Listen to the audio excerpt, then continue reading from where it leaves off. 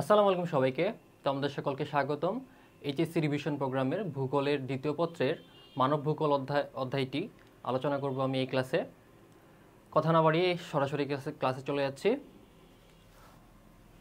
এখানে দেখো, মেইনলি তোমাদের এই অধ্যায়টাতে কি কি ইম্পর্টেন্ট টপিক আছে সেই কয়েকটা টপিকের কথা বলতেছি। যেমন তোমার এখানে এই একটা টপিক দেখো, এই কোশ্চিনটাতে মেইনলি তোমার এখানে বলছে ভূগোল, তারপরে মানবজাতিকে কেন্দ্র করে সৃষ্টি বিষয়টি, অর্থনৈতিক ক্রিয়া নিয়ে আলোচনা করছে। এই অধ্যায়ে মেইনলি তোমার মানবিক ভূগোল যেটা আছে সেই পার্টটুকু নিয়ে মেইনলি আলোচনা করছে, মানে হিউম্যান জিওগ্রাফি। অ্যান্ড তারপরে তোমার কিছু অঞ্চলের ব্যাখ্যা দিতে হয়েছে, যেমন তোমার চীন অথবা বাংলাদেশ অথবা যুক্তরাষ্ট্র, এই কয়েকটা অঞ্চলের এই বর্ণনা দেওয়া হয়েছে এই অধ্যায়টাতে। এই অধ্যায়ের তোমার মেইন কয়েকটা টপিক আমি তোমাকে দেখাই দেবো, তোমরা সেখান থেকে বুঝতে পারবা তোমার এই পুরো অধ্যায়টা সেখান থেকে কভার হয়ে যাবে। এই কোশ্চেন এখন আমরা আসি। এখানে কোশ্চেন ভাই কি বলছে, এখানে ভূগোল, তারপরে আসছে মানবজাতিকে কেন্দ্র করে বিষয়টি সৃষ্টি। তার মানে এখানে হিউম্যান জিওগ্রাফিকে আমাদের বুঝাইছে। তারপরে কি অর্থনৈতিক ক্রিয়া নিয়ে আলোচনা করে, এবং শুধু অর্থনীতি না, আমাদের মানব ভূগোলের যে আরও পার্টগুলো আছে সেগুলো কিন্তু তোমাদেরকে জানতে হবে। এই কোশ্চেনগুলো দেখো, ক নম্বরে বলছে রাজনৈতিক ভূগোল কাকে বলে, তারপরে নিমিত্তবাদ ধারণাটি ব্যাখ্যা করো, এটাতে পরে আসতেছি। তারপরে বলছে ক বিষয়টির উল্লেখিত শাখার বর্ণনা দাও, মানে যেটা বললাম তোমাদেরকে মানবজাতিকে কেন্দ্র করে যে বিষয়টা আছে সেটা হচ্ছে আমাদের মানবিক ভূগোল। সেই মানবিক ভূগোলের তোমার বর্ণনা দিতে বলছে, এবং যে শাখাগুলো আছে সেগুলো বর্ণনা করতে হবে। তারপরে কি বলছে, ক পাঠের প্রয়োজনীয়তা, মানে তোমার এই মানব ভূগোলের যে তোমার পাঠের প্রয়োজনীয়তা সেটা ব্যাখ্যা করতে হবে। ওকে, আমরা আসি নেক্সট স্লাইডে যাই। এখানে দেখো ভাইয়া, কোশ্চিন আমাদের প্রথমে কি ছিল, রাজনৈতিক ভূগোল কাকে বলে। এখন রাজনৈতিক ভূগোলটা কি ভাইয়া, মানব ভূগোলের যে শাখায় রাজনৈতিক বিষয়গুলো আলোচনা করা হয় তাকে বলা হয় রাজনৈতিক ভূগোল। ঠিক আছে, সোজা হিসাব, রাজনৈতিক নিয়ে যেটা আলোচনা করবে সেটা হচ্ছে আমাদের রাজনৈতিক ভূগোল। খ নম্বরের কোশ্চিনটা এখানে দেখো বলছে, মানুষের সকল কর্মতৎপরতা প্রাকৃতিক পরিবেশ দ্বারা নিয়ন্ত্রিত ও প্রভাবিত হয়। মানে তোমার দুইটা এখানে টপিক আছে, একটা হচ্ছে তোমার নিমিত্তবাদ, মানে যেখানে তোমার প্রকৃতি তোমাকে নিয়ন্ত্রণ করবে সেটা হচ্ছে তোমার নিমিত্তবাদ। একটা হচ্ছে ইনভায়রনমেন্টাল ডিটারমিনিজম, একটা হচ্ছে ইনভায়রনমেন্টাল পসিবিলিজম। ঠিক আছে, এখানে তোমার ইনভায়রনমেন্টাল তোমার ডিটারমিনিজমের কথা বলছে, যেটা হচ্ছে নিমিত্তবাদ, মানে মানুষ প্রকৃতিকে নিয়ন্ত্রণ করবে না, সেখানে প্রকৃতি মানুষকে নিয়ন্ত্রণ করবে, এটা বুঝাইছে। অর্থাৎ নিমিত্তবাদ নির্দেশ করে কোন জায়গায় কোন ধরনের সভ্যতা সম্ভব এবং কোথায় তা বিকশিত হবে। এরপরেরটাতে আসি, গ নম্বর ভাইয়া, গ নম্বর কি বলছিলাম, মানব ভূগোল সম্পর্কে যেটা জানতে চাইছিল, সেখানে বলছে ক বিষয়টিকে মানব ভূগোলে বোঝানো হয়েছে এবং যে শাখাটি উল্লেখ করা হয়েছে তা অর্থনৈতিক ভূগোল, মানে যে শাখাটা আলোচনা করা হয়েছে। কারণ তোমার এখানে কোশ্চিনে দেখো, কোশ্চিনে কিন্তু ছিল অর্থনৈতিক ক্রিয়া নিয়ে আলোচনা করে, যেহেতু অর্থনৈতিক ক্রিয়া তার মানে এটা হচ্ছে ইকোনমিক জিওগ্রাফি, এবং ইকোনমিক জিওগ্রাফি কিসের আন্ডারে, আমাদের হিউম্যান জিওগ্রাফির আন্ডারে। ওকে,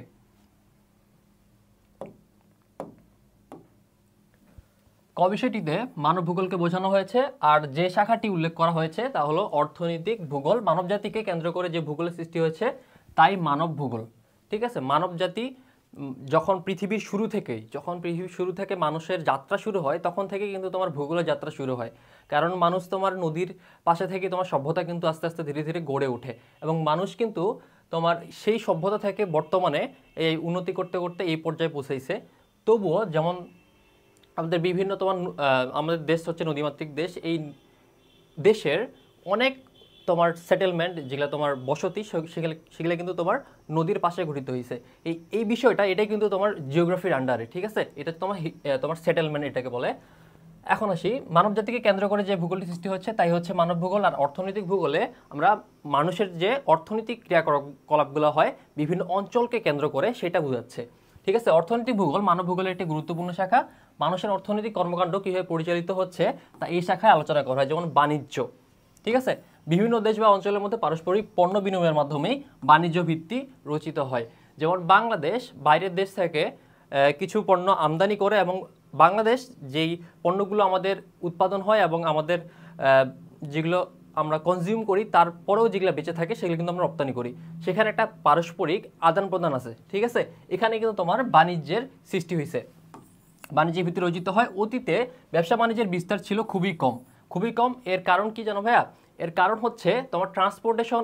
এর আগে আমাদের খুব 200-300 বছর বছর আগেও কিন্তু তেমন খুব ভালো ছিল না, তেমন রাস্তাঘাট পাকা ছিল না। সেই সময় একটা মাত্র তোমার সবচেয়ে বেশি মানে গ্রহণযোগ্যতা ছিল তোমার নদীপথের, কিন্তু সব দেশে কিন্তু নদী ছিল না। সো এইভাবে তোমার যে ব্যবসা বাণিজ্যগুলো ওই সময় খুব কঠিন ছিল। বাট কিন্তু বর্তমানে তোমরা আকাশপথে বলো, সড়ক পথে বলো, নৌপথে বলো, যে কোনো দিক থেকে তুমি কিন্তু খুব সহজে বাণিজ্য করতে পারতেছো। এই বাণিজ্যের কারণে তোমার অর্থনৈতিক যেমন উন্নতি হচ্ছে, মানুষের তেমন উন্নতি করতেছে। ঠিক আছে, পরিবহন ও যোগাযোগ ব্যবস্থার উন্নতির সঙ্গে সঙ্গে ব্যবসা বাণিজ্যের প্রসার ঘটে। তাই পণ্যের অভ্যন্তরীণ ও আন্তর্জাতিক বাণিজ্য, বাণিজ্য কেন্দ্র, বাণিজ্য পথ, ব্যবসা বাণিজ্যের পরিমাণ, পশ্চাৎভূমি প্রভৃতি সম্পর্কে বিস্তারিত আলোচনা অর্থনীতি ভূগোলের আওতাভুক্ত। তাই বলা যায় উদ্দীপকে উল্লিখিত ক বিষয়টি হলো মানব ভূগোল আর শাখাটি হলো অর্থনৈতিক ভূগোল। মানব ভূগোলে কিন্তু অনেকগুলো শাখার মধ্যে এই অর্থনৈতিক ভূগোলটা অন্যতম। ঠিক আছে, এখন ঘ নম্বরে আসি। ঘ নম্বরে কি বলছে ভাইয়া? উদ্দীপকে ক বিষয়টি মানব ভূগোলের অংশ। এটা আমরা বুঝা পেলাম। প্রথমে আমরা কোশ্চিন দেখে কিন্তু বুঝতে পারছি। তারপরে এখানে বলছে শাখাটি মানবজাতিকে কেন্দ্র করে সৃষ্টি হয়েছে। নিচে মানব ভূগোলের পাঠের প্রয়োজনীয়তা ব্যাখ্যা করা হলো। তো ঘ নম্বরের কোশ্চেনে চাইছিল মানব ভূগোল পাঠের প্রয়োজনীয়তা। কারণ প্রয়োজনীয়তাগুলো দেখি ভাই কি। মানুষের কর্মকাণ্ড ও গুণাবলীর সাথে ভৌগোলিক পরিবেশের মধ্যকার সম্পর্কের প্রকৃতি ও বিন্যাস নিয়ে যে শাস্ত্র আলোচনা করে তাকে মানব ভূগোল বলে।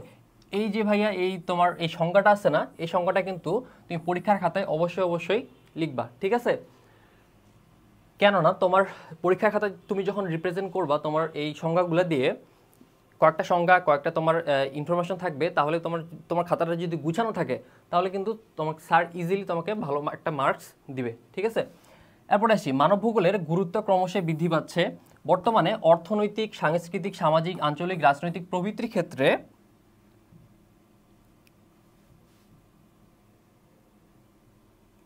ব্যাপকভাবে প্রসার করার কারণ মানব ভূগোলের অধ্যয়ন দিন দিন বৃদ্ধি পাচ্ছে। ভৌগোলিকভাবে একটি অঞ্চল কৃষি ও খনিজ সম্পদে কতটুকু অপরিহার্য তা মানব ভূগোলের শাখা অর্থনৈতিক ও আঞ্চলিক ভূগোলের মাধ্যমে আমরা জানতে পারি। তার মানে তোমার যে কৃষিকাজ হচ্ছে আমাদের, তারপরে তোমার যে আমাদের খনিজ পদার্থগুলো তোলা হচ্ছে তোমার মাটির নিচ থেকে, এগুলো কিন্তু সব কিছুই তোমার এই মানব ভূগোলে আলোচনা করতেছে। ঠিক আছে, অপরিহার্য এই সম্পদগুলো, এই ব্যবহারগুলো, সেগুলো কিন্তু আমাদের ইকোনমিক জিওগ্রাফিতে মানে অর্থনৈতিক ভূগোলে আলোচনা করতেছে। ঠিক আছে, অন্যদিকে কোনো এলাকার সাংস্কৃতিক ও সামাজিক অবস্থা কেমন তা আমরা মানব ভূগোলের শাখা সাংস্কৃতিক রাজনৈতিক ভূগোলের মাধ্যমে জানতে পারি, যা বর্তমানে মানব ভূগোলে অধ্যয়নকে গুরুত্ব বৃদ্ধি করেছে। তাই বলা যায় মানুষের সার্বিক কর্মকাণ্ড সম্পর্কে ধারণা পেতে হলেও মানব ভূগোল পাঠের প্রয়োজনীয়তা রয়েছে। ঠিক আছে, এরপরে কোশ্চেন এখন চলে যাই। এরপরে কোশ্চেন দেখো কি বলছে। ঢাকা রাজশাহী বোর্ডে এটা আসছিল। এখানে তোমার রাজনৈতিক অঞ্চল চাইছে ক নম্বরে, তারপরে সূর্যোদয়ের দেশ, এটা তোমরা খুব ভালোভাবে জানো। এবং ক এবং ক্ষয়ের ক্ষেত্রে ভাই একটা কথা বলি, ক এবং ক্ষয়ের ক্ষেত্রে তুমি মেনলি টেস্ট পেপারে যে অথবা তোমার বইয়ে যে সংখ্যাগুলো আছে সেগুলো কিন্তু ভালো মতো দেখবা। ঠিক আছে, এগুলো তো তোমার ব্যাখ্যা করার কিছু নাই, এগুলো তোমার মুখস্থের জিনিস এবং বুঝে বুঝে তোমরা মুখস্থ করবা। ঠিক আছে, এখন গ নাম্বার আসি। গ নাম্বারে কি বলছে, এক উদ্দীপকটা দেখো। বিহার দেশটি দক্ষিণ পূর্ব এশিয়ায় অবস্থিত। দেশটির সাথে ভারত ও মায়ানমারের সীমান্তের সংযুক্তি রয়েছে। তোমাকে কিন্তু এই লাইনটা পড়ে বুঝতে হবে তোমার এই কোশ্চিনটা কি হতে পারে। যেহেতু বলছে ভারত ও এখানে তোমার মিয়ানমারের সীমানার সংযুক্তি আছে, সো তোমাকে প্রথম 1 সেকেন্ডে বুঝতে হবে এটা বাংলাদেশ সম্পর্কে আলোচনা করছে। এখন দেখি চাইছে, এখন উদ্দীপকে আলোচিত ভৌগোলিক অবস্থান ব্যাখ্যা করো। তার মানে তোর বাংলাদেশের ভৌগোলিক অবস্থানটা ব্যাখ্যা করতে বলছে, এবং বাংলাদেশের ভৌগোলিক অবস্থানটা তোমাদের কিন্তু অবশ্যই জানতে হবে। তুমি যদি যেহেতু তুমি ভূগোলের স্টুডেন্ট, তোমাকে এই বাংলাদেশের যে তোমার কত ডিগ্রি থেকে কত ডিগ্রিতে বাংলাদেশ অবস্থান করে, বাংলাদেশের আশেপাশে কি আছে সেগুলো যদি তুমি না জানো তাহলে মনে করো যে তুমি ভালো মতো পরীক্ষায় অ্যান্সার করতে পারবো না, এবং তোমার খুব পরীক্ষা খারাপ হবে বলা যায়। এখন উদ্দীপকে উল্লেখিত দেশের প্রশাসনিক স্তর বিশ্লেষণ করো। ঠিক আছে, ওকে, এখন আমরা সলভে যাই।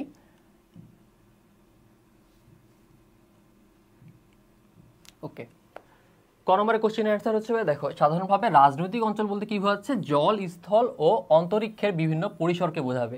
তিনটা জিনিস কি, একটা জল, একটা স্থল এবং হচ্ছে অন্তরিক্ষের বিভিন্ন পরিসর।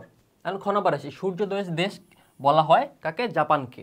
কেন বলা হয়? জাপান এশিয়ার উত্তর পূর্বাঞ্চলের একটি দ্বীপরাষ্ট্র এবং জাপানিরা জাপানি ভাষায় তাদেরকে নিপ্পং বলে, যার ডাকে, যার অর্থ হচ্ছে সূর্যের হাসি।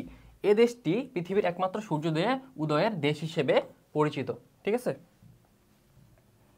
এখন আসি গ নাম্বারে যেহেতু ভাইয়া দেখলাম এটা আমরা বাংলাদেশ, এখন বাংলাদেশের এই অবস্থানটা তোমাকে ব্যাখ্যা করতে হবে। বাংলাদেশ কি কোথায় অবস্থিত ভাইয়া? দক্ষিণ এশিয়ায়। ঠিক আছে, এশিয়া মহাদেশের দক্ষিণাংশে দক্ষিণ এশিয়ায় বাংলাদেশের অবস্থান। এবং বাংলাদেশের ল্যাটিটিউড আর লঙ্গিটিউড মানে তোমার অক্ষরেখা এবং দ্রাঘিমা রেখা, এটা কিন্তু তোমাকে মাস্ট বি মুখস্থ রাখতেই হবে। 20 ডিগ্রি 34 মিনিট উত্তর অক্ষরেখা থেকে 26 ডিগ্রি 38 মিনিট উত্তর অক্ষরেখার মধ্যে, এবং 88 ডিগ্রি 01 88 ডিগ্রি 1 মিনিট থেকে 88 ডিগ্রি 1 মিনিট থেকে পূর্ব দ্রাঘিমা থেকে 92 ডিগ্রি 41 মিনিট পূর্ব দ্রাঘিমা রেখার মধ্যে অবস্থিত। এটা তুমি এইভাবে তুমি কোশ্চেনের অ্যান্সারটা তুমি যদি এইভাবে দিতে চাও, তার থেকে আরও বেটার হয়ে হচ্ছে, ধরো তুমি এখানে একটা ল্যাটিটিউড আর লঙ্গিটিউড দিলা, একটা অবস্থান দিলা, তারপরে বাংলাদেশের আশেপাশে কি আছে আর একটা পয়েন্ট করে দিলা, তারপরে তোমার যে আঞ্চলিক যে সমুদ্র সীমাটা আছে সেটা তুমি আলাদা করে পয়েন্ট করে দিলা। তাহলে কিন্তু তুমি যদি পয়েন্ট পয়েন্ট ওয়ান আকারে দাও, স্যার কিন্তু এটাতে বেশি আর খুশি হবে, কারণ স্যারকে তোমার খুব কষ্ট করে খুঁজতে হচ্ছে না কোথায় কি আছে। ঠিক আছে, তুমি পয়েন্ট আকারে যদি তুমি লিখে দাও, তাহলে কিন্তু স্যার ইজিলি ধরতে পারবে তুমি কোন কোন পয়েন্ট নিয়ে আলোচনা করছো, এবং গো নাম্বারের জন্য কোয়াইট ইনাফ এটা। ঠিক আছে, এবং আবারও বলতেছি, মাস্ট বি তুমি এখানে ম্যাপ কিন্তু আঁকতে হবে, যেহেতু বাংলাদেশ সম্পর্কে বলছে, সো বাংলাদেশের ম্যাপটা তোমাকে অবশ্যই আঁকতে হবে। এখন আসি, বাংলাদেশের মাঝামাঝি স্থান দিয়ে কর্কট ক্রান্তি রেখা গেছে, এটা কিন্তু মাস্ট বি তোমার মনে রাখতে হবে। এটা তোমাকে যদি চিত্রতে আসো, তোমার চিত্রতে কিন্তু দেখাই দিতে হবে। ঠিক আছে, বাংলাদেশের আয়তন 1,47,570 বর্গ কিলোমিটার, এবং বাংলাদেশের একদিকে হচ্ছে বঙ্গোপসাগর, আর হচ্ছে বাকি 3 দিকে আমাদের পার্শ্ববর্তী দেশ ভারত সবচেয়ে বেশি অবস্থান করে, তারপরে ছোট একটা অংশ আছে মায়ানমারের। ঠিক আছে, কি কি অংশ আছে? বাংলাদেশের উত্তরে আছে পশ্চিমবঙ্গ, মেঘালয় ও আসাম রাজ্য, এবং পূর্বে কি আছে? আসাম, ত্রিপুরা, মিজোরাম রাজ্য এবং মিয়ানমার। দক্ষিণে কি আছে? দক্ষিণে বঙ্গোপসাগর, এবং পশ্চিমে পশ্চিমবঙ্গ অবস্থিত। বাংলাদেশের আঞ্চলিক সমুদ্র সীমা কি হচ্ছে ভাইয়া? 22 কিলোমিটার বা 12 নটিক্যাল মাইল, এবং বাংলাদেশের অর্থনৈতিক অঞ্চল সমুদ্রের সীমারেখা থেকে গভীর সমুদ্রে প্রায় 322 কিলোমিটার অথবা 200 নটিক্যাল মাইল পর্যন্ত বিস্তৃত। ওকে, এখন আসি ঘ নম্বরে উদ্দীপকে উল্লেখিত দেশটি তোমরা প্রথমে দেখতে পাচ্ছ, এটা বাংলাদেশ, এবং বাংলাদেশের দক্ষিণ এশিয়ার একটি দেশ, যার 3 দিকে ভারত আছে এবং একদিকে হচ্ছে মিয়ানমার, এবং দক্ষিণে বঙ্গোপসাগর আছে। এদেশে 1971 সালে স্বাধীনতা লাভ করে। নিচে এর প্রশাসনিক স্তর ব্যাখ্যা করা হলো। যেহেতু তোমার কোশ্চেনে ঘ নম্বরের কোশ্চেনে কি ছিল? প্রশাসনিক স্তর। এখন এই তোমার প্রশাসনিক স্তরে আমরা ধাপে ধাপে আসতেছি। ঠিক আছে, বাংলাদেশে বর্তমানে কয়টা ভাইয়া বিভাগ আছে? 8টা বিভাগ। আগে কিন্তু 7টা বিভাগ ছিল, তোমরা ভুল করেও 7টা বিভাগ লিখে আসবে না। এখন বর্তমানে 8টা বিভাগ। ঠিক আছে, ঢাকা, চট্টগ্রাম, খুলনা, রাজশাহী, বরিশাল, সিলেট, রংপুর ও ময়মনসিংহ, এই 8টি বিভাগের 64 জেলা রয়েছে। ঠিক আছে, এখন ঢাকা বিভাগে এখন আসি। ঢাকা বিভাগে আছে 13টা, চট্টগ্রামে আছে 11টা, খুলনাতে 10টা, রাজশাহীতে 8টা, বরিশালে হচ্ছে 6টা, সিলেটে 4টা, রংপুরে 8টা, ময়মনসিংহে 4টি জেলা রয়েছে। এবং এছাড়া বাংলাদেশে 492টি উপজেলা, 624টি থানা এবং 4,535টি ইউনিয়ন পরিষদ, এবং গ্রাম আছে 87,191টি, সিটি কর্পোরেশন 11টি, এবং হচ্ছে পৌরসভা 328টি। এগুলো তোমরা পয়েন্ট আকারে দেওয়ার চেষ্টা করবা, এবং তোমার বেশিরভাগ তথ্য তুমি পরীক্ষার হলে লেখার চেষ্টা করবা। তুমি যদি তথ্য না লিখো, তোমার কিন্তু ঘ নম্বরে মেনলি তথ্যই চাইছে, তথ্য না লিখে কিন্তু তুমি ভালো মতো মার্ক পাবা না। এবং মাস্ট বি এই ম্যাপটা তোমরা কিন্তু দেওয়ার ট্রাই করবা, মানে প্রশাসনিক স্তরগুলা। তুমি যদি পুরোটাই না পারো, শুধু তোমার ধরো এই বিভাগগুলো দিলেও কিন্তু, তো মোটামুটি যদি তুমি সময় না পাও বিভাগগুলো দাও, তাহলে কিন্তু হবে। ঠিক আছে, আচ্ছা 3 নম্বর কোশ্চেনে আসি। 3 নম্বরে কি বলছে ভাইয়া? পৃথিবীতে ভিন্ন বৈচিত্র্যের 7টি মহাদেশ আছে। এদের মধ্যে সর্বাধিক জনসংখ্যার বসবাস করে ক মহাদেশে। আমরা কি জানি? তোমার সর্বাধিক জনসংখ্যা ক মহাদেশ কোনটা? আমাদের এশিয়া মহাদেশে সবচেয়ে বেশি জনসংখ্যা আছে। ঠিক আছে, এখন আসি মানব ভূগোলের সংজ্ঞা দাও। ওকে, তারপরে বলছে অর্থনৈতিক ভূগোল ও মানব ভূগোলের গুরুত্বপূর্ণ, এটা ব্যাখ্যা করতে বলছে। উদ্দীপকে ক মহাদেশটির অবস্থান ব্যাখ্যা করো। ক মহাদেশটি কি হচ্ছে ভাই? আমাদের এশিয়া মহাদেশ, এবং এশিয়া মহাদেশের অবস্থান আমাদের ব্যাখ্যা করতে হবে। ঘ নম্বরে বলছে ক মহাদেশের সাথে ক্ষুদ্রতম মহাদেশকে রাজনৈতিক অঞ্চল হিসেবে তুলনামূলকভাবে আলোচনা করো। ক্ষুদ্রতম মহাদেশ আমাদের কি ভাইয়া? ক্ষুদ্রতম হচ্ছে আমাদের অস্ট্রেলিয়া। ঠিক আছে, এখন অস্ট্রেলিয়া এবং বাংলাদেশের মধ্যে যে তুলনামূলক আলোচনা সেটা করতে বলছে। এখন আমরা সলভে আসি।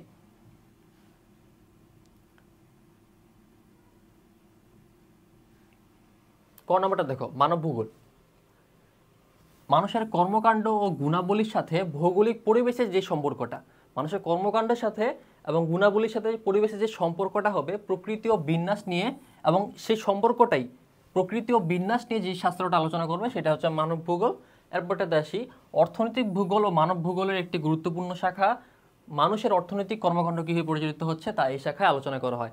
কি আমাদের অর্থনৈতিক যে কর্মকাণ্ডগুলো আছে এটা কিন্তু তোমার মানব ভূগোলে পড়তেছে, এবং অর্থনৈতিক কর্মকাণ্ডগুলোর মধ্যে যেমন ধরো বাণিজ্য, বিভিন্ন দেশ থেকে অঞ্চলের মধ্যে পারস্পরিক পণ্য বিনিময়ের মাধ্যমে বাণিজ্যিক ভিত্তি রচিত হয়। এটা বলছে অতীতে ব্যবসা বাণিজ্যের বিস্তার খুব কম ছিল, এটা এর আগেও আমরা পড়ছি।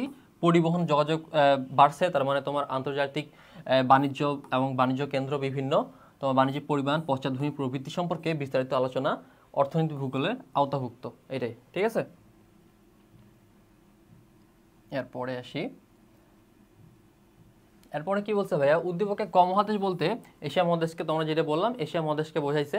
এখন এশিয়া মহাদেশের এটা কি আমরা জানি বৃহত্তম মহাদেশ, এটি 10 ডিগ্রি দক্ষিণ থেকে 80 ডিগ্রি উত্তর অক্ষরেখা এবং 25 ডিগ্রি পূর্ব দ্রাঘিমা থেকে 170 ডিগ্রি পশ্চিম দ্রাঘিমা রেখা পর্যন্ত বিস্তৃত। 180 ডিগ্রি পূর্ব দ্রাঘিমা রেখা অতিক্রম করে আরও 10 ডিগ্রি কিন্তু গেছে, এটা মনে রাখবা, 10 ডিগ্রি পর্যন্ত দ্রাঘিমা বিস্তৃত। আয়তনের দিক থেকে এ মহাদেশ ইউরোপের প্রায় 4.5 গুণ, আফ্রিকার 1.5 গুণ, অস্ট্রেলিয়ার 6 গুণ, এবং উত্তরে উত্তর মহাসাগর আছে, দক্ষিণে কি আছে ভারত মহাসাগর আছে, পূর্বে আছে আমাদের প্রশান্ত মহাসাগর, এবং পশ্চিমে আছে ইউরাল পর্বত, ইউরাল নদী, কৃষ্ণ সাগর এবং ভূমধ্যসাগর, লোহিত সাগর অবস্থিত। এটি পৃথিবীর সবচেয়ে জনবহুল অঞ্চল, এবং এই অঞ্চলের অধিবাসীদের এশিয়ান বলা হয়। যেহেতু আমরা এশিয়া মহাদেশে অবস্থান করি, আমাদেরকে কি বলা হবে, এশিয়ান। এবং এশিয়া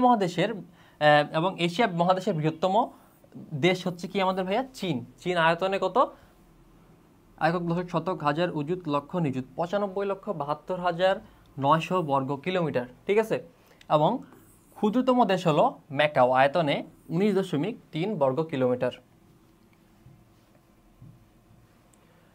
এখন আসি, ক মহাদেশ মানে আমাদের এশিয়া এবং তোমার অস্ট্রেলিয়ার কিন্তু একটা পার্থক্য আলোচনা করতে বলছিল। এখন আসি, এশিয়া মহাদেশ এবং ক্ষুদ্রতম মহাদেশ হলো অস্ট্রেলিয়া মহাদেশ। এই দুই দেশের রাজনৈতিক অঞ্চলের তুলনামূলক আলোচনা করছে এখানে। এশিয়া পৃথিবীর বৃহত্তম মহাদেশ, ঠিক আছে। এখন 10 ডিগ্রি দক্ষিণ থেকে 80 ডিগ্রি উত্তর অক্ষরেখা এবং 25 ডিগ্রি পূর্ব দ্রাঘিমা থেকে 170 ডিগ্রি পশ্চিম দ্রাঘিমা রেখা পর্যন্ত বিস্তৃত। ঠিক আছে, এশিয়া মহাদেশটা এখানে বোঝাইছে। এবং 180 ডিগ্রি পূর্ব যে তোমার যেটা বললাম আরও 10 ডিগ্রি আছে সেটা কিন্তু লিখতে হবে। এবং আয়তনের দিক থেকে এ মহাদেশ ইউরোপের প্রায় 4.5 গুণ, সেম কথা, আফ্রিকার 1.5 গুণ, অস্ট্রেলিয়ার 6 গুণ, এবং উত্তরে উত্তর মহাসাগর, দক্ষিণে ভারত মহাসাগর, পূর্বে প্রশান্ত মহাসাগর, পশ্চিমে ইউরাল পর্বত, ইউরাল নদী, কৃষ্ণ সাগর, ভূমধ্যসাগর, লোহিত সাগর অবস্থিত। এটি পৃথিবীর সবচেয়ে জনবহুল অঞ্চল, এবং এই অঞ্চলের অধিবাসীদের এশিয়ান বলা হয়। এশিয়াতে মহাদেশের বৃহত্তম হলো চীন, আয়তন এত। তারপর হচ্ছে ক্ষুদ্রতম দেশ হলো ম্যাকাও, আয়তন 19.3 বর্গ কিলোমিটার। তারপর হচ্ছে এ মহাদেশের আয়তন তোমার এখানে দেওয়া আছে, 1.10 শতক হাজার উজুত লক্ষ নিযুত কোটি, 4,45,79,000 বর্গ কিলোমিটার, এবং জনসংখ্যা 462,21,74,018। ঠিক আছে, ওকে।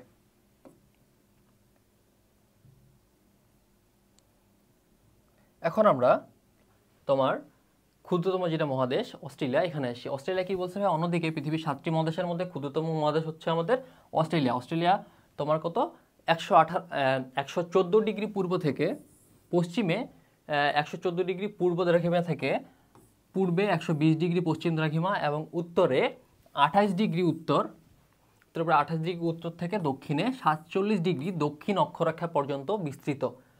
এর উত্তর ও পূর্ব দিকে প্রশান্ত মহাসাগর, পশ্চিম দিকে ভারত মহাসাগর ও দক্ষিণ দিকে দক্ষিণ মহাসাগর অবস্থিত।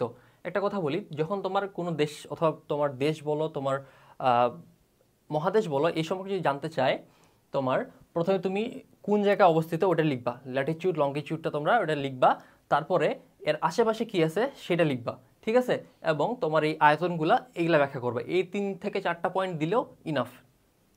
এখন আসি দক্ষিণ প্রশান্ত মহাসাগরের সমদ্বীপ রাষ্ট্র হচ্ছে অস্ট্রেলিয়া মহাদেশের অন্তর্ভুক্ত। অস্ট্রেলিয়া মহাদেশের মোট 21টি দেশের মধ্যে বৃহত্তম দেশ হচ্ছে অস্ট্রেলিয়া, ঠিক আছে।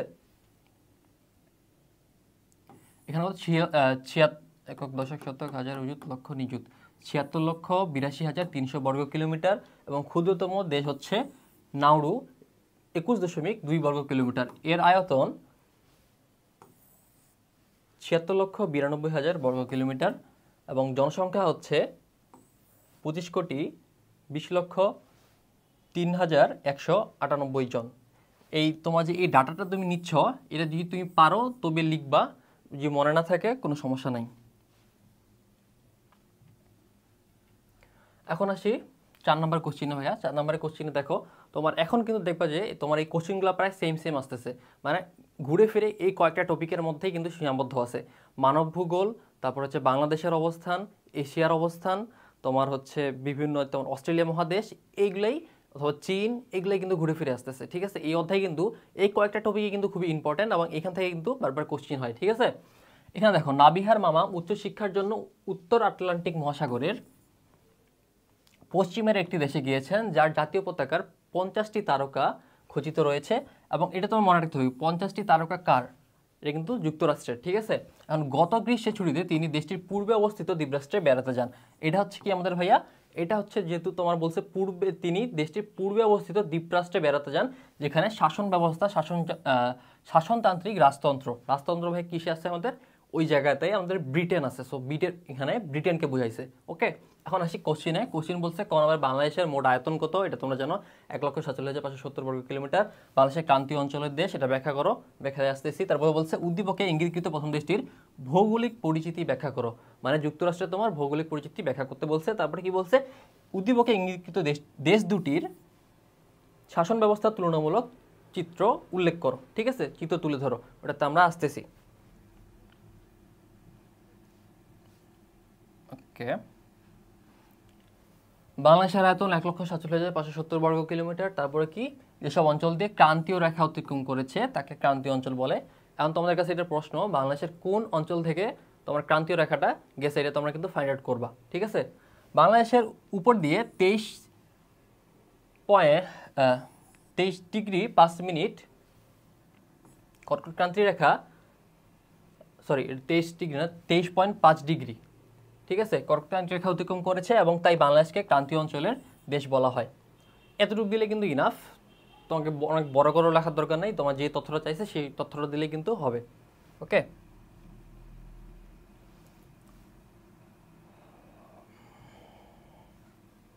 এখন আসি, উদ্দীপকে ইঙ্গিতকৃত দেশটি হলো যুক্তরাষ্ট্র। তোমাদের যেটা বললাম, এখন যুক্তরাষ্ট্রের আমরা ক্যারেক্টারিস্টিক্সে আসি। সেখানে কি বলছে, যুক্তরাষ্ট্রের প্রধান ও সর্ববৃহৎ অংশ উত্তরে কানাডার সীমা হতে দক্ষিণ মেক্সিকো, পশ্চিমে প্রশান্ত মহাসাগরের তীর হতে পূর্ব আটলান্টিক মহাসাগরের তীর পর্যন্ত বিস্তৃত। যুক্তরাষ্ট্রের বৃহৎ অংশটি হচ্ছে 25 ডিগ্রি উত্তর হতে 45 ডিগ্রি উত্তর অক্ষাংশের মধ্যে অবস্থিত। এবং আবার আলাস্কা, মানে যুক্তরাষ্ট্রের সাথে কিন্তু এটা একসাথে নেই, কিন্তু আলাস্কা কিন্তু পাশের অঞ্চলে, ঠিক আছে, একটু দূরে। সেখানে আলাস্কার অংশটি বেরিং সাগর 87.5 ডিগ্রি পশ্চিম দ্রাঘিমা হতে 140 ডিগ্রি পশ্চিম দ্রাঘিমা পর্যন্ত, এবং 78 ডিগ্রি উত্তর অক্ষাংশ হতে 62 ডিগ্রি দক্ষিণ অক্ষাংশের মধ্যে অবস্থিত। অন্যদিকে হাওয়াই যেটা আছে, হাওয়াই পূর্ব পশ্চিমে 150 ডিগ্রি পশ্চিম দ্রাঘিমা এবং উত্তর দক্ষিণে 19 ডিগ্রি হতে 25 ডিগ্রি উত্তর অক্ষাংশের মধ্যে অবস্থিত। দেশটির মোট আয়তন হচ্ছে 98,26,675 বর্গ কিলোমিটার। এখন আমরা ঘ নম্বরে আসি। ঘ নম্বরে আমাদের দুইটা দেশে, যুক্তরাষ্ট্র, আমি বলছিলাম না, যুক্তরাষ্ট্র এবং যুক্তরাজ্য, এই দুইটার কিন্তু তোমার এখানে কম্প্যারিজন করতে বলছে তোমার শাসন ব্যবস্থার। এখন আর শাসন ব্যবস্থায় আমরা আসি। উত্তর উভয় অংশে শাসন ব্যবস্থার মধ্যে কিছু পার্থক্য আছে, অবশ্যই পার্থক্য আছে, পার্থক্যগুলো এখন আমরা দেখব। নিচে যুক্তরাষ্ট্র ও যুক্তরাজ্যের শাসন ব্যবস্থার তুলনামূলক চিত্র তুলে ধরা হলো।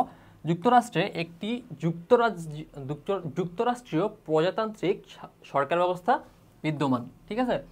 রাষ্ট্রীয় নাম হচ্ছে ইউনাইটেড স্টেটস অফ আমেরিকা, এটা কিন্তু তোমাদের পরীক্ষার খাতায় লিখতে হবে। এবং আইনসভা দ্বিকক্ষিক, ঠিক আছে, একটা হচ্ছে নিম্নকক্ষ আর একটা হচ্ছে নিম্নকক্ষ হাউস অফ রিপ্রেজেন্টেটিভস, এবং এর সদস্য সংখ্যা হচ্ছে 435, নিম্নকক্ষ উচ্চকক্ষ। এখন উচ্চকক্ষে আসি, উচ্চকক্ষ হচ্ছে সিনেট এবং সদস্য সংখ্যাদের কত হচ্ছে ভাইয়া আমাদের 100। ভোট প্রদানের যোগ্যতা অর্জনের জন্য বয়স লাগে 18, এটা কিন্তু বাংলাদেশও সেম, তোমার 18 বছর হলে তুমি ভোট প্রদান করতে পারবা। এরপরে 1787 সালে কী হয় ভাইয়া এদের, 17 সেপ্টেম্বরে যুক্তরাষ্ট্রের সংবিধান প্রণয়ন করা হয় এবং 1789 সালে 4 মার্চ থেকে এটি কার্যকর করা হয়। সুপ্রিম কোর্টের দেশের সর্বোচ্চ বিচারালয়, এর কেন্দ্রীয় আইনসভার নাম হচ্ছে কংগ্রেস। এটা কিন্তু একটা ইম্পর্টেন্ট, এটা কিন্তু তোমাদের লিখতে হবে, কারণ তুমি যখন এটা তুমি লিখবা তোমার কিন্তু এই আইনসভাটা, কেন্দ্রীয় যে আইনসভাটা আছে সেটা কিন্তু অনেকটা এই ইনফরমেশনটা দিলে তোমার পরীক্ষার খাতায় কিন্তু অনেকটা স্যার ভালো নজরে তাকাবে এবং তুমি এগুলা পয়েন্ট পয়েন্ট করে আগে দেওয়ার চেষ্টা ট্রাই করবা আর কি, মানে খুব ডেসক্রিপটিভ লিখবা না।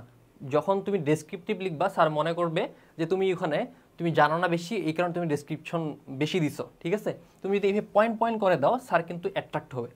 এরপর আসি অন্যদিকে যুক্তরাজ্য প্রকৃত বিচারে সংসদীয় গণতন্ত্র ব্যবস্থায় বিদ্যমান। এর আইনসভার নাম হচ্ছে পার্লামেন্ট। আইনসভা হচ্ছে 2 স্তর, একটা হচ্ছে নিম্নকক্ষ হাউস অফ কমন্স, যার সদস্য সংখ্যা হচ্ছে 650 এবং সকলে হচ্ছে কি ভাইয়া নির্বাচিত, এবং উচ্চকক্ষ যেটা হচ্ছে হাউস অফ লর্ডস। যুক্তরাজ্যের সংবিধান সময়ের ব্যবধানে কিছু কিছু লিখিত হলেও অধিকাংশই এদের হচ্ছে কি ভাইয়া নীতি ও প্রথা নির্ভর। ওকে, এখন 5 নম্বরে আমি আসি। 5 নম্বরে কি বলছে ভাইয়া, মহাদেশ কতগুলো দেশ নিয়ে গঠিত? আমরা এমন একটি স্বাধীন দেশের অধিবাসী যা পার্শ্ববর্তী অন্য একটি দেশ অপেক্ষা অনেক ছোট, এবং দেশটি আমাদের স্বাধীনতা যুদ্ধে গুরুত্বপূর্ণ অবদান রেখেছে। এখন আসি, এখানে কার কথা বুঝেছে ভাই? এখানে তোমার সরাসরি ভারতের কথা বুঝাইছে, ইন্ডিয়ার কথা। ক নম্বরের কোশ্চেন বলছে পৃথিবীর ক্ষুদ্রতম মহাদেশের নাম লেখো, এটা হচ্ছে কি ভাই আমাদের অস্ট্রেলিয়া। এরপরে আসি নামীয় অঞ্চলের সীমানা সুনির্দিষ্ট নয়, ব্যাখ্যা করো। ব্যাখ্যা আমরা আসতেছি। তারপরে বলছে উদ্দীপকে ইঙ্গিতকৃত দেশদ্বয়ের যে মহাদেশে অবস্থিত তার ভৌগোলিক পরিচিতি তুলে ধরো। তার মানে কি ভাই, এশিয়া, তোমার এশিয়ার ভৌগোলিক পরিচিতি বোঝাইছে। এরপরে আসি ইঙ্গিতকৃত দেশদ্বয়ের জলবায়ুগত তারতম্য বিশ্লেষণ করো। ঠিক আছে, আমরা চলে আসতেছি আমাদের সলভে। এখানে দেখো ক নম্বর কি বলছে ভাইয়া, ক্ষুদ্রতম হচ্ছে আমাদের অস্ট্রেলিয়া। খ নম্বরে যে সমস্ত রাজনৈতিক অঞ্চলে কেবল নামীয় পরিচিতি রয়েছে সেগুলোকে বলা হয় নামীয় অঞ্চল। মহাদেশ ও মহাদেশের অংশ বিশেষের নামীয় অঞ্চলের প্রকৃষ্ট উদাহরণ যেমন এশিয়া, দক্ষিণ এশিয়া, ল্যাটিন আমেরিকা, মধ্যপ্রাচ্য, মধ্যসাগরীয় অঞ্চল, ইউরেশিয়া, অস্ট্রেলিয়া প্রভৃতি এলাকা নামীয় অঞ্চলের অন্তর্ভুক্ত। ঠিক আছে, এখন নামীয় অঞ্চলের সীমানা সুনির্দিষ্ট নয়। এসব অঞ্চলের একক নিয়ন্ত্রণ কেন্দ্র থাকে না, যেমন এশিয়া, ইউরোপ, আফ্রিকার কোনো রাজধানী নেই, কারণ তোমার এই এশিয়া ইউরোপের ভিতরে আরও কয়েকটা দেশ আছে, সো এক্স্যাক্টলি বলা যাচ্ছে না। তাই বলা যায় নামীয় অঞ্চলের সীমানা কিন্তু সুনির্দিষ্ট নয়। ওকে,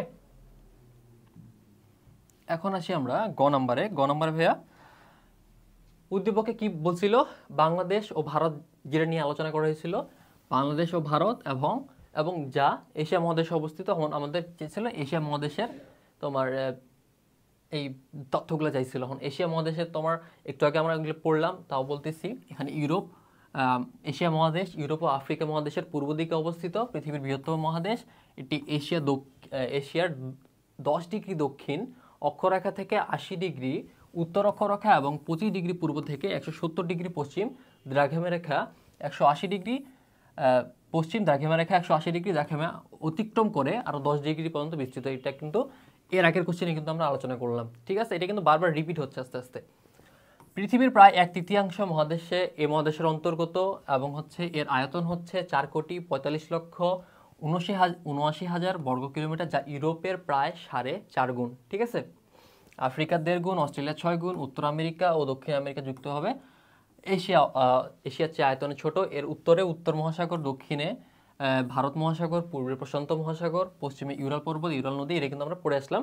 ঠিক আছে, এখানে কি এটা নতুন আসছে, এটি ভূপৃষ্ঠের 8.6% এবং স্থলভাগের 29.4% অংশ জুড়ে অবস্থিত। এখন ঘ নম্বরে আমরা আসি। ঘ নম্বরে আমাদের কি ইঙ্গিত করছিল, বাংলাদেশ এবং ভারত নিয়ে বলছিল। ঠিক আছে, এখন এতে তোমার অবস্থানগত যে জলবায়ু তারতম্য সেটা আমরা দেখবো। এখন নিচে কি বলছে, বাংলাদেশের ও ভারতের মধ্যে জলবায়ুগত তারতম্য ব্যাখ্যা করা হলো। বাংলাদেশের জলবায়ু হচ্ছে মোটামুটি তোমার উষ্ণ, আর্দ্র এবং হচ্ছে সমভাবাপন্ন। ঠিক আছে, মৌসুমী জলবায়ুর প্রভাব এদেশের জলবায়ুর উপর এত অধিক প্রভাব ফেলে যে সামগ্রিকভাবে এই জলবায়ু ক্রান্তীয় মৌসুমী জলবায়ু নামে পরিচিত। ওকে, এটা কিন্তু তোমার লিখতে হবে। মৌসুমী জলবায়ুর বৈশিষ্ট্য হলো বছরের বিভিন্ন সময় বিভিন্ন ঋতুর আবির্ভাব। বাংলাদেশে কয়টা ঋতু? 6টা ঋতু। যদিও বর্তমানে 6টা ঋতু খুব ভালোভাবে আমরা উপভোগ করতে পারি না, তবুও খাতা কলমে বাংলাদেশে 6টা ঋতু আছে, ঠিক আছে। একটি হতে আরেকটি ঋতু তাপমাত্রা, বায়ু প্রবাহ এবং বৃষ্টিপাত সম্পূর্ণরূপে পৃথক। তাই জলবায়ুর এই 3টি উপাদানের ভিত্তিতে বাংলাদেশের ঋতুকে 3টি শ্রেণীতে ভাগ করা হয়। 3টি শ্রেণীতে মেনলি, ঠিক আছে। শীত, গ্রীষ্ম আর হচ্ছে বর্ষা। আর আমরা পরে আরও যদি স্প্রিং তোমার থাকতেছে, আরও কয়েকটা, আরও 2টা তোমার কি বলতেছে ঋতু আছে, বাট এখানে তোমার মেইনলি 3টা এখানে ব্যাখ্যা করছে। 3টা হচ্ছে কি আমাদের গ্রীষ্ম, শীত এবং হচ্ছে বর্ষা। শুষ্ক আরামদায়ক শীতকাল ও উষ্ণ ও আর্দ্র গ্রীষ্মকাল বাংলাদেশের জলবায়ুর প্রধান বৈশিষ্ট্য। মেইনলি বাংলাদেশে তোমার গ্রীষ্মকাল সবচেয়ে বেশি থাকে, তারপরে তোমার মনে করো শীতকাল, আর ওই বৃষ্টি বর্তমানে বাংলাদেশে খুবই কমে গেছে, তো বর্ষাকাল থাকে। অন্যদিকে ভারতের জলবায়ু হচ্ছে বৈচিত্র্যপূর্ণ, কারণ আমরা জানি কাশ্মীরের ওইদিকে তোমার হচ্ছে বরফ পড়ে, এবং ধরো এখানে তোমার এক সময়ে ভারতে বরফ পড়তেছে, আর এক সময় ভারতে মনে করো এক জায়গায় বৃষ্টি হচ্ছে, আরেক জায়গায় খুব খরা চলতেছে, ঠিক আছে।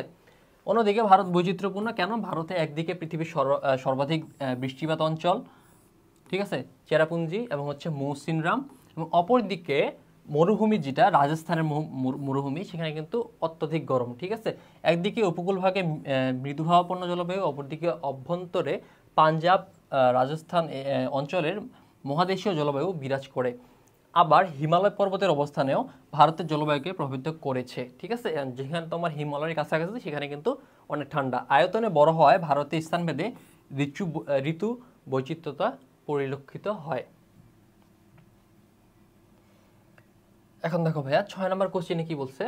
সাজিদ বাংলাদেশ হতে উত্তর আমেরিকায় অবস্থিত 50টি অঙ্গরাজ্য বিশিষ্ট একটি উন্নত দেশে শিক্ষার জন্য গিয়েছে। সে ওই দেশের উন্নত বসতি, অত্যাধুনিক যোগাযোগ ব্যবস্থা, প্রযুক্তি নির্ভর কৃষি ব্যবস্থা দেখে বিস্মিত হয়েছে, ঠিক আছে। মানব ভূগোল কাকে বলে এটা দেখা যাচ্ছে না। বাংলাদেশের ভৌগোলিক অবস্থান আমরা পড়ছি, এরপর আসি উদ্দীপকে উল্লেখিত বিষয়গুলো ভূগোলের অন্তর্ভুক্ত শাখার বর্ণনা করো। তার মানে এটা কি হচ্ছে ভাইয়া, আমাদের কোন তোমার উল্লেখিত বিষয়গুলো ভূগোলের অন্তর্ভুক্ত কোন শাখাতে অন্তর্ভুক্ত সেটা আমাদের ফাইন্ড আউট করে বের করতে হবে। তারপরে কি আসতেছে, উদ্দীপকে উল্লেখিত দেশ দুটি তুলনামূলকভাবে ভৌগোলিক অবস্থা বিশ্লেষণ করো। আমরা ডাইরেক্ট তোমার সলভে চলে যাচ্ছি, ক আর খ নম্বরে গেলাম না, কারণ এটা আমরা দেখছি এর আগে। এখন গ নম্বরে আসি। গ নম্বরে দেখো ভাইয়া কি বলছে, উদ্দীপকে উল্লেখিত বিষয়গুলো হলো উন্নত বসতি, অত্যাধুনিক যোগাযোগ ব্যবস্থা, প্রযুক্তি নির্ভর কৃষি ব্যবস্থা, যা যথাক্রমে মানব ভূগোল শাখার বসতি ভূগোল, পরিবহন ও কৃষি ভূগোলের অন্তর্গত, ঠিক আছে। এখানে কি থাকতেছে ভাইয়া, এখানে আমাদের বসতি ভূগোল মানে হচ্ছে সেটেলমেন্ট জিওগ্রাফি, তারপর হচ্ছে পরিবহন ভূগোল ট্রান্সপোর্টেশন জিওগ্রাফি, তারপর হচ্ছে এগ্রিকালচারাল জিওগ্রাফি এখানে অন্তর্ভুক্ত আছে। এবং মানব ভূগোলের একটি শাখা হচ্ছে বসতি ভূগোল। এই বসতি ভূগোল প্রাচীনকাল থেকে বর্তমান সময় পর্যন্ত পরিবর্তনের মাধ্যমে আধুনিক গ্রামীণ ও নগর বসতির উদ্ভব কীভাবে হলো তা এই শাখায় অন্তর্ভুক্ত রয়েছে। যেমন বসতির ধরন, বিন্যাস, গ্রামীণ বসতি এবং শহুরে বসতির মধ্যে সাদৃশ্য, যে বৈসাদৃশ্যগুলো আছে সেগুলো আলোচনা করে। তারপর হচ্ছে নগরায়নের ধারণা, মানচিত্রের মাধ্যমে বিভিন্ন পদ্ধতিকে বসতি চিহ্নিতকরণ প্রভৃতি বিষয়গুলো এই শাখার অন্তর্গত, ঠিক আছে। এখন আমরা পরিবহনে আসি। এটা ধরো 1 নম্বর গেল, এটা হচ্ছে কি আমাদের বসতি। 2 নম্বর হচ্ছে আমাদের পরিবহন। পরিবহনে কি হয়, পরিবহন মানব ভূগোলের একটা শাখা, এবং এখানে বিশ্বব্যাপী পরিবহন ও যোগাযোগ ব্যবস্থা, পরিবহন ব্যবস্থার উপর ভৌগোলিক পরিবেশের প্রভাব, সমুদ্র বন্দর, নদী বন্দরে গড়ে ওঠার অনুকূল পরিবেশ, অর্থনৈতিক উন্নয়নে যোগাযোগ ব্যবস্থার প্রভাব প্রভৃতি সম্পর্কে সুস্পষ্ট ধারণা লাভ করা যায় পরিবহন ভূগোলের পাঠের মাধ্যমে। তুমি এখানে পয়েন্ট আকারও 3 থেকে 4টা দিতে পারো, তাহলে আরও বেস্ট হয়, ঠিক আছে। এখন কৃষি ভূগোলে আসি। কৃষি ভূগোলে তোমার 3 নম্বর এটা। এখানে কি বলছে, কৃষি ভূগোল মানব ভূগোলের একটি গুরুত্বপূর্ণ অংশ, এবং এখানে বর্তমানকালে উন্নত প্রযুক্তির কারণে কৃষির কলেবর বহুগুণে বৃদ্ধি পেয়েছে।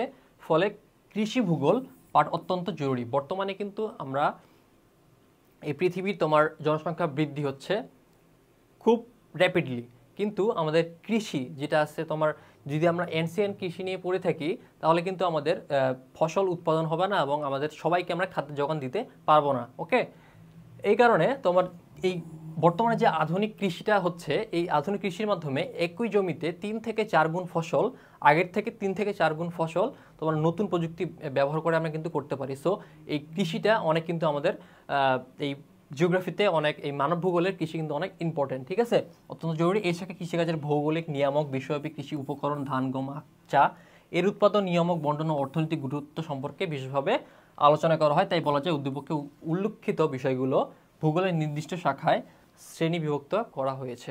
ওকে, এরপরে আসি ঘ নম্বরে। ঘ নম্বরে কি বলছে ভাইয়া? বাংলাদেশ ও যুক্তরাষ্ট্র, ঠিক আছে। এখানে তোমার বাংলাদেশে তোমার এখানে অবস্থানটা বলছে, ঠিক আছে, তারপরে যুক্তরাষ্ট্রের যে অবস্থানটা আছে সেটা কিন্তু বলছে, আমরা এটা আলোচনা করছি। এখন আসি 7 নম্বরে। 7 নম্বরে দেখো এখানে বলছে মাহি দক্ষিণ এশিয়া অন্তর্গত একটি কৃষিপ্রধান দেশের অধিবাসী। দেশটির দক্ষিণে বঙ্গোপসাগর এবং এর 3 দিকে ঘিরে রয়েছে অন্য একটি বৃহৎ দেশ, আয়তনে ক্ষুদ্র হলেও বিশাল জনসংখ্যা। এই দেশটি বৈচিত্র্যপূর্ণ, বৈশিষ্ট্য সম্পন্ন। তার মানে কি? আমাদের বাংলাদেশকে বোঝাইছে এবং বাংলাদেশের ভৌগোলিক অবস্থানটা এখানে ব্যাখ্যা করতে সম্ভবত বলবে, ঠিক আছে।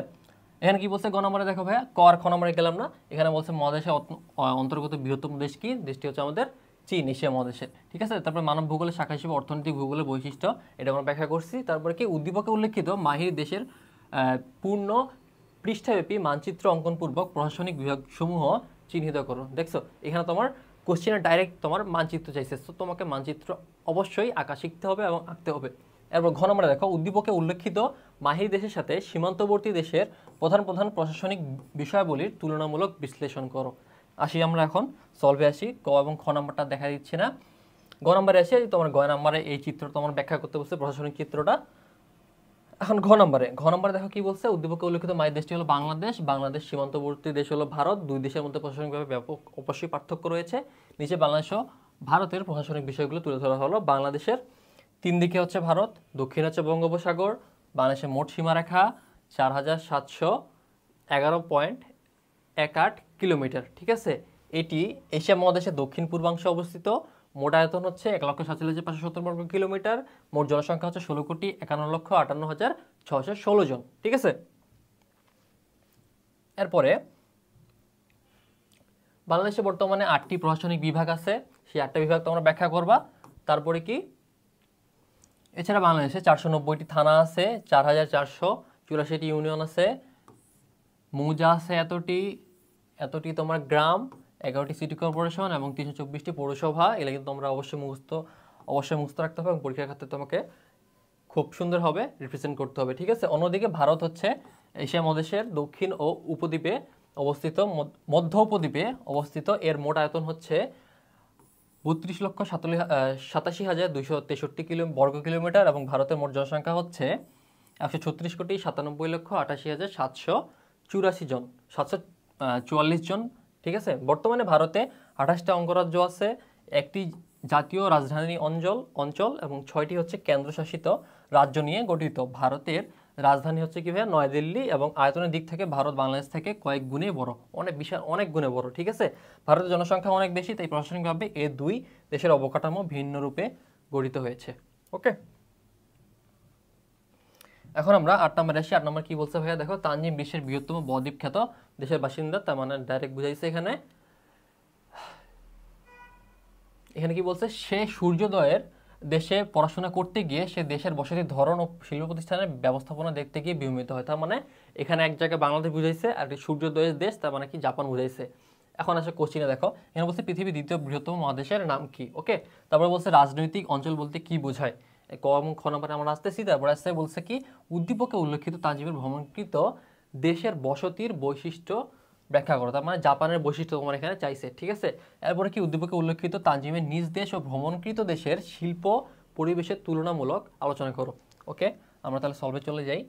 ক নম্বরে কি বলছে ভাইয়া? ক নম্বরে হচ্ছে আমাদের দ্বিতীয় বৃহত্তম যেটা হচ্ছে সেটা হচ্ছে আমাদের আফ্রিকা মহাদেশ। এরপরে খ নম্বরে বলছে কোন ভূখণ্ড যখন রাজনৈতিকভাবে সুগঠিত হয় এবং একক রাজনৈতিক সত্তায়, এটা ইম্পর্টেন্ট, একক রাজনৈতিক সত্তায় স্বাধীন রূপ প্রতিষ্ঠা লাভ করবে, তাকে রাষ্ট্র বা রাজনৈতিক অঞ্চল বলা হবে। তার মানে এখানে তোমার সুসংগঠিত হইতে হবে এবং একক রাজনৈতিক সত্তায় স্বাধীন রূপ লাভ করবে, তাকে আমরা বলছি রাষ্ট্র বা রাজনৈতিক অঞ্চল, ঠিক আছে। সাধারণভাবে রাজনৈতিক অঞ্চল বলতে জল, স্থল, অন্তরিক্ষের বিভিন্ন পরিসরকে বোঝায়। একটি রাজনৈতিক অঞ্চল কোনো ভূখণ্ডের সার্বিক নিয়ন্ত্রণের পথ সুগম হয়, এতে সমন্বিত ভূমি ব্যবহার সহজতর হয় এবং আর্থসামাজিক উন্নয়নের ব্যাপক সুযোগ ও সম্ভাবনা সৃষ্টি হয়। সেই সাথে এর মাধ্যমে নিরাপত্তা জোরদার করা এবং জনগোষ্ঠীর সামাজিক অধিকার সুনিশ্চিত করাও সম্ভব হয়। ঠিক আছে, গ নম্বরে আমরা আসি। গ নম্বরে দেখো ভাই কি বলছে।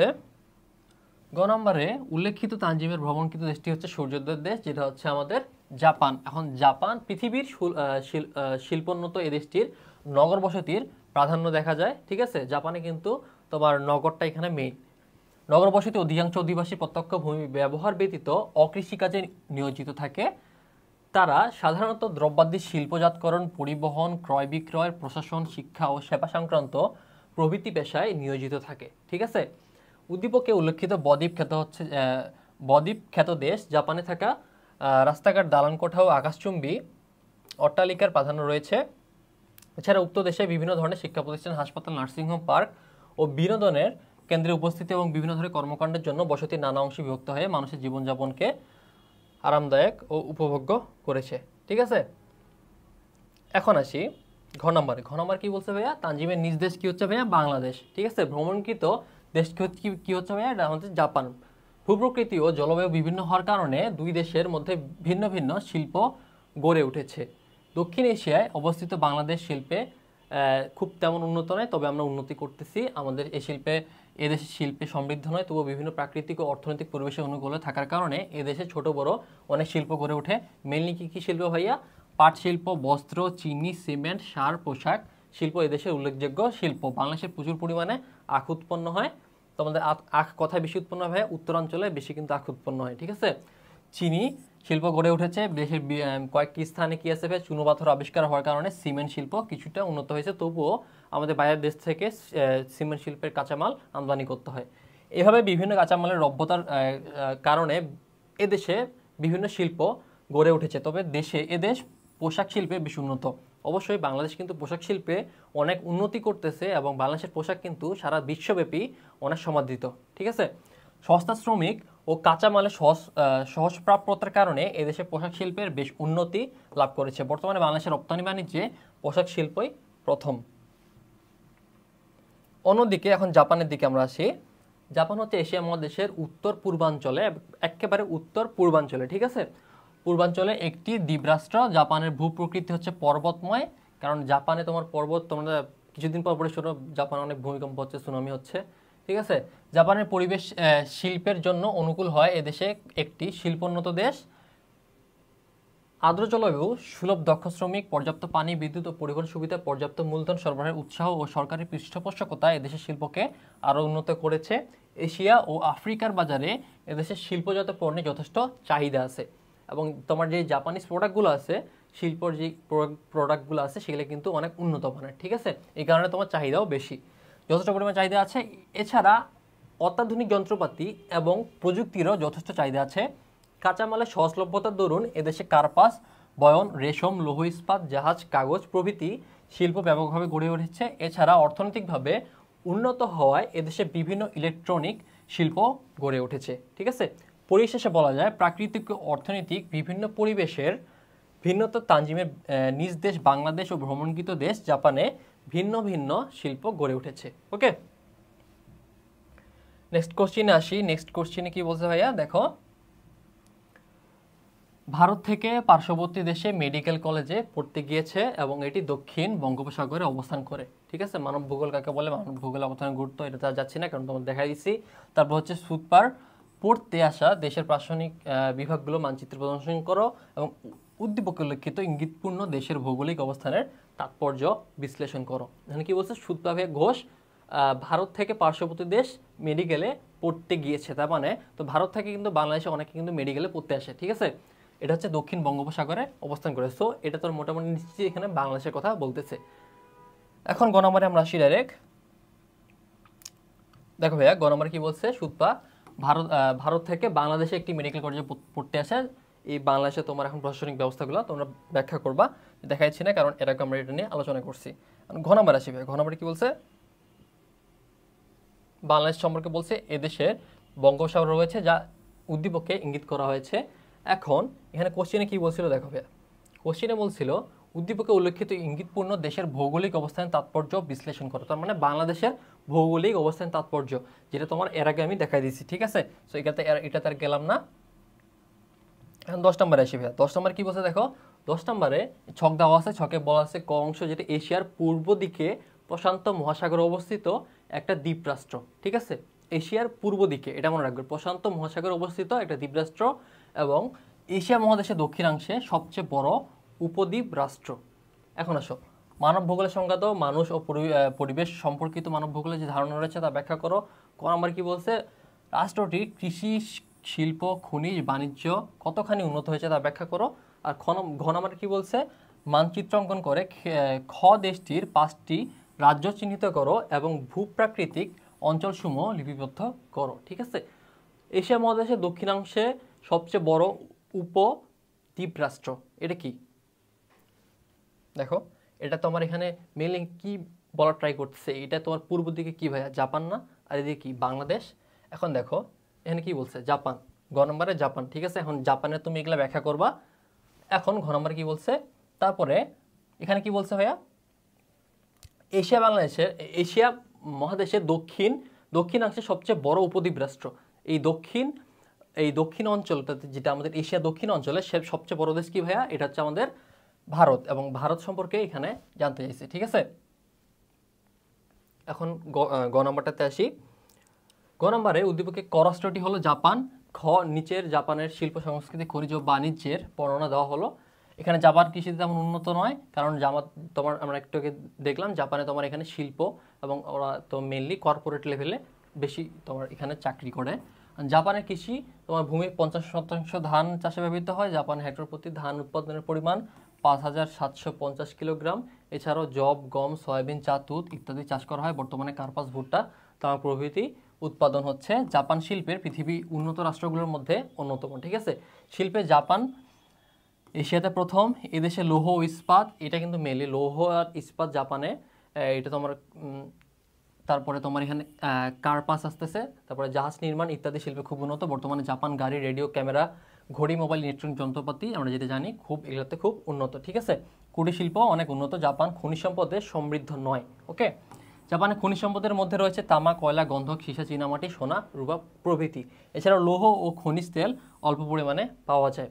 জাপানের বাণিজ্যের প্রধান বৈশিষ্ট্য হলো কাঁচামাল আমদানি এবং শিল্পজাত পণ্য রপ্তানি। ঠিক আছে, জাপান সবচেয়ে বেশি আমদানি করে যুক্তরাষ্ট্রে শিল্পের কাঁচামাল ও কৃষিজাত, এবং সবচেয়ে বেশি রপ্তানি করে এশিয়ার দেশগুলোতে। জাপান শিল্পের কাঁচামাল, কৃষিজাত দ্রব্যাদি বেশি আমদানি করে থাকে এবং শিল্পজাত দ্রব্যাদি বেশি রপ্তানি করে থাকে। ঠিক আছে, পরিশেষে বলা যায় জাপান পৃথিবীর অন্যতম উন্নত রাষ্ট্র, পৃথিবীর অন্যতম অর্থনৈতিক পরাশক্তি। ওকে, এখন আমরা ঘ নম্বরে আসি। ঘ নম্বরে কি বলছিল ভাইয়া, উদ্দীপকে খ দেশটি হলো ভারত। নিচে ভারতের 5টি রাজ্য মানচিত্রে চিহ্নিত করা হলো এবং ভূপ্রাকৃতিক অঞ্চলসমূহ দেওয়া হলো। তোমার যদি বৃহত্তম বদ্বীপ বলতো তাহলে কিন্তু বাংলাদেশ আসতো। এখানে কি বলছে ভাইয়া, দেখো কোশ্চিনটা, এখানে কিন্তু বলছে এশিয়া মহাদেশের দক্ষিণাংশে সবচেয়ে বড় উপদ্বীপ রাষ্ট্র। সো এখানে তোমার এখানে ভারত চলে আসতেছে। ঠিক আছে, আমি প্রথমে মনে করছিলাম তোমার বদ্বীপের কথা বলা হয়েছে, এই কারণে তোমার বাংলাদেশ, বাট এখানে তোমার এখানে ঠিক তোমার কোশ্চিনে পড়ার সময় তোমাকে কিন্তু দেখতে হবে এখানে আসলে কোশ্চিন চাইছে রেখি। এখানে বলছে সবচেয়ে বড় উপদ্বীপ রাষ্ট্র, যেহেতু বড় বলছে সো এখানে ডেফিনেটলি ভারত চলে আসতেছে। ওকে, এখন আমরা ভারতে আসি। উদ্দীপকে খ অংশটি হলো ভারত এবং নিচে ভারতের 5টি মানচিত্র দেওয়া হলো, ভূপ্রাকৃতিক অঞ্চলসমূহ দেওয়া হলো। ভারত এশিয়া মহাদেশের দক্ষিণাংশের মধ্যে উপদ্বীপে অবস্থিত, মধ্য উপদ্বীপে অবস্থিত এবং 28টি অঙ্গরাজ্য নিয়ে গঠিত। ভূপ্রাকৃতিক বৈচিত্র্য অনুসারে ভারতকে মোট 5টি অঞ্চলে বিভক্ত করা হয়। একটা হচ্ছে উত্তরের পার্বত্য অংশ যেটা অঞ্চল, তারপর হচ্ছে উত্তর অঞ্চলের সমভূমি যেটা আছে, দক্ষিণাত্যের মালভূমি যেটা আছে, উপকূলীয় সমভূমি, এবং লাস্টেরটা হচ্ছে মরুভূমি অঞ্চল। নিচে ভারতের মানচিত্র দেওয়া হয়েছে। ওকে, এই তোমার এই মানচিত্রটা তোমরা ট্রাই করবে পরীক্ষায় মানচিত্র দেওয়ার খুব সুন্দর হবে, এবং এই রেখাগুলো ল্যাটিটিউড, লঙ্গিটিউড তুমি যদি দিতে পারো এবং লিজেন্ড এবং তোমার টাইটেল খুব ভালো মতো দিতে পারো, আশা করি ইনশাল্লাহ তুমি এখানে অনেক ভালো করতে পারবে। ঠিক আছে, এখন 11 নম্বরে আসি ভাই। 11 নম্বরে কি বলছে কোশ্চিনটা, ক ভূগোলশাস্ত্রের একটি গুরুত্বপূর্ণ অংশ। এই ভূগোল মানুষ ও প্রাকৃতিক পরিবেশের সাথে সমন্বয় সাধন করেছে। তার মানে কি, এখানে মানব ভূগোলের কথা বলছে ভাইয়া। এখন দেখো, বিভিন্ন দৃষ্টিকোণে উক্ত ভূগোলের ধারণা সম্পর্কে আলোচনা করেছেন এবং ব্যাপকতার কারণে এই ভূগোলকে বিভিন্ন শাখায় বিভক্ত করেছেন। ঠিক আছে, মানব ভূগোল বলছে এখানে বিশ্বে বর্তমানে কত রাষ্ট্র রয়েছে এটা কোশ্চেন, তারপর হচ্ছে বাংলাদেশের ভৌগোলিক অবস্থান ব্যাখ্যা করো, এটা কিন্তু তোমরা গণনাবার মতো অনেক বড় করে দিবা না, এখানে তোমার চিত্র তো দরকার নাই, এখানে কয়েকটা পয়েন্ট বাংলাদেশে কোন জায়গায় আছে এবং আশেপাশে কি আছে, কোন দিকে বঙ্গোপসাগর আছে, এগুলো দিলে হয়ে যাবে, ঠিক আছে। ক ভূগোলের আলোকে মানুষ ও পরিবেশের ধারণা ব্যাখ্যা করো বলছে, মানুষ ও পরিবেশের ধারণা ব্যাখ্যা করতে বলছে। আর ঘ নম্বর কি বলছে, উদ্দীপকে ইঙ্গিতকৃত ভূগোলের যে কোনো দুইটি শাখা বিশ্লেষণ করো, ঠিক আছে। ভূগোলের যে কোনো তুমি দুইটি শাখা, এই তোমার মানব ভূগোলের যে কোনো দুটো শাখা তুমি ইচ্ছা মতো বিশ্লেষণ করতে পারবে। এখন আমরা ইয়েতে চলে আসি, সলভে চলে আসি। ক নম্বর কি ভাইয়া, আমাদের মোট দেশ কটা আছে ভাইয়া, মোট দেশ আছে আমাদের 228টা, ওকে। তারপরে খ নম্বরে আসি, এশিয়া মহাদেশের দক্ষিণে এই বাংলাদেশটা, এটা স্কিপ করতেছি কারণ তোমার এটা আমরা এর আগেও দেখছি এটা। এখন গ নম্বরে ডাইরেক্ট চলে আসি। গ নম্বরে কি বলছে, গ নম্বরে বলছে মানব ভূগোলের কথা বলছে, এবং মানব ভূগোলের যে দুইটা তোমার মেইনলি তোমার দুইটা কি আছে, একটা হচ্ছে নিমিত্তবাদ, একটা হচ্ছে সম্ভাবনাবাদ, মানে এনভায়রনমেন্টাল ডিটারমিনিজম, একটা হচ্ছে তোমার পসিবিলিজম, ঠিক আছে। নিমিত্তবাদটা তোমার কি, তোমরা জানো মানুষ সব ধরনের মানুষের কর্মকাণ্ডকে নিয়ন্ত্রণ করবে আমাদের প্রকৃতি, ঠিক আছে।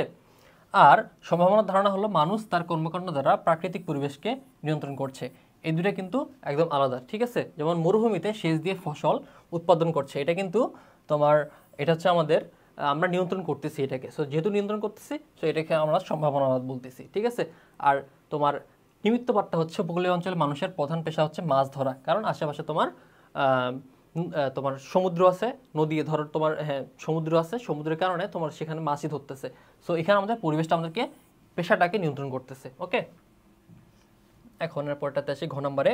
ঘ নম্বরে কি বলছে ভাইয়া, উদ্দীপকে উল্লেখিত ক ভূগোল হলো মানব ভূগোল, এবং মানব ভূগোলের অনেকগুলো শাখা আছে, বসতি ভূগোল, পরিবহন ভূগোল, কৃষি ভূগোল, রাজনৈতিক ভূগোল, সাংস্কৃতিক ভূগোল। এদের মধ্যে মানব ভূগোলের দুটি শাখা হিসেবে বসতি ভূগোল ও কৃষি ভূগোল বিশ্লেষণ করা হলো। এখন বসতি এবং কৃষি ভূগোল এখানে ব্যাখ্যা করছে, ঠিক আছে। বসতি ভূগোলের মধ্যে কি আছে ভাইয়া, বর্তমান সময় পর্যন্ত পরিবর্তন ও পরিবর্তনের মাধ্যমে আধুনিক গ্রামীণ ও নগর বসতির উদ্ভব কীভাবে হলো তাই শাখায় আলোচনা করছে। বসতির ধরন, বিন্যাস, গ্রামীণ বসতি ও শহুরে বসতির মধ্যে সাদৃশ্য, বৈসাদৃশ্য, নগরায়নের ধারা এবং মানচিত্রের মাধ্যমে বিভিন্ন পদ্ধতিতে বসতি চিহ্নিতকরণ প্রভৃতি বিষয় মানব ভূগোলের বসতি ভূগোল শাখায় অন্তর্গত, ঠিক আছে। এরপরে এসে আমরা কৃষি ভূগোল। কৃষি ভূগোলে কি কি করা হয় ভাইয়া, বর্তমানকালে কৃষি প্রযুক্তির উন্নতির কারণে কৃষিকাজ অনেক গুণে বৃদ্ধি পাইছে, ফলে কৃষি ভূগোল পাঠ অত্যন্ত জরুরি। এই শাখায় কৃষিকাজের ভৌগোলিক নিয়ামক, বিশ্বব্যাপী কৃষি উপকরণ, ধান, গম, আখ, চা এবং উৎপাদন, বন্টন ও অর্থনৈতিক গুরুত্ব প্রভৃতি বিষয়ে বিশদভাবে আলোচনা করা হয়েছে। তাই বলা যায় মানব ভূগোলের উপরিউক্ত শাখা দুটি মানব ভূগোলের জন্য গুরুত্বপূর্ণ। আচ্ছা, এখানে কিন্তু তোমার ভাইয়া দেখো উপরিউক্ত আলোচনা করছে, তো আমরা অনেকে পরীক্ষার সময় লিখি উপরোক্ত, ঠিক আছে, উপরোক্ত অনেকে লিখি আমরা, বাট এটা কিন্তু রং, ঠিক আছে, এটা কিন্তু রং, এটা তোমার লিখতে হবে উপরিউক্ত, ঠিক আছে। এটা আমাদের স্যার বলছিল পরীক্ষার সময়, মানে আমাদের পরীক্ষার সময় ঠিক করতে, মানে আমি যখন একটা পরীক্ষা দিয়েছিলাম তো ওখানে উপরোক্ত লেখা আমি নিজে লিখছিলাম, পরে স্যার আমাদেরকে ঠিক করে দেয়, বলে যে এটা তোমার উপরিউক্ত হবে, ওকে। এখন আসি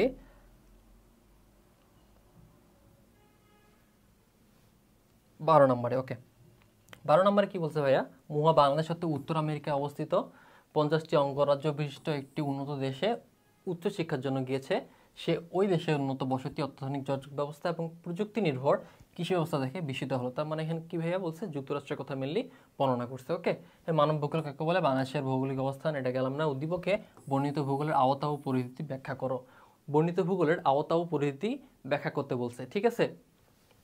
উদ্দীপকে বর্ণিত মানব ভূগোলের প্রয়োজনীয়তা বিশ্লেষণ করো। এখন আমরা গ নম্বরে দেখি এখানে কি বলছে, ঠিক আছে। এখন দেখো ভাইয়া, এখানে বলছে উদ্দীপকে কি বলছে, মানব ভূগোল বলছে, বাট মানব ভূগোলের এখানে কি বলছে, মানব ভূগোলের অন্যতম শাখায়, এ শাখায় কৃষি, খনিজ, ব্যবসার বিভিন্ন অর্থনৈতিক বিষয় তুলে ধরা হয়েছে। বর্তমান সময়ে জনসংখ্যা ভূগোল খুবই আলোচিত বিষয়, যা মানব ভূগোলের আওতাভুক্ত। এখানে বিশ্ব জনসংখ্যার জনমিতিক উপাদান, জনসংখ্যার অভিগমনের কারণ, ধরন এবং জন্মহার, মৃত্যুহার, লিঙ্গ অনুপাত, বৃদ্ধি হার, জনসংখ্যার দ্রুত বৃদ্ধির প্রভাব এবং প্রভৃতি যাবতীয় বিষয় নিয়ে আলোচনা করা হয়েছে।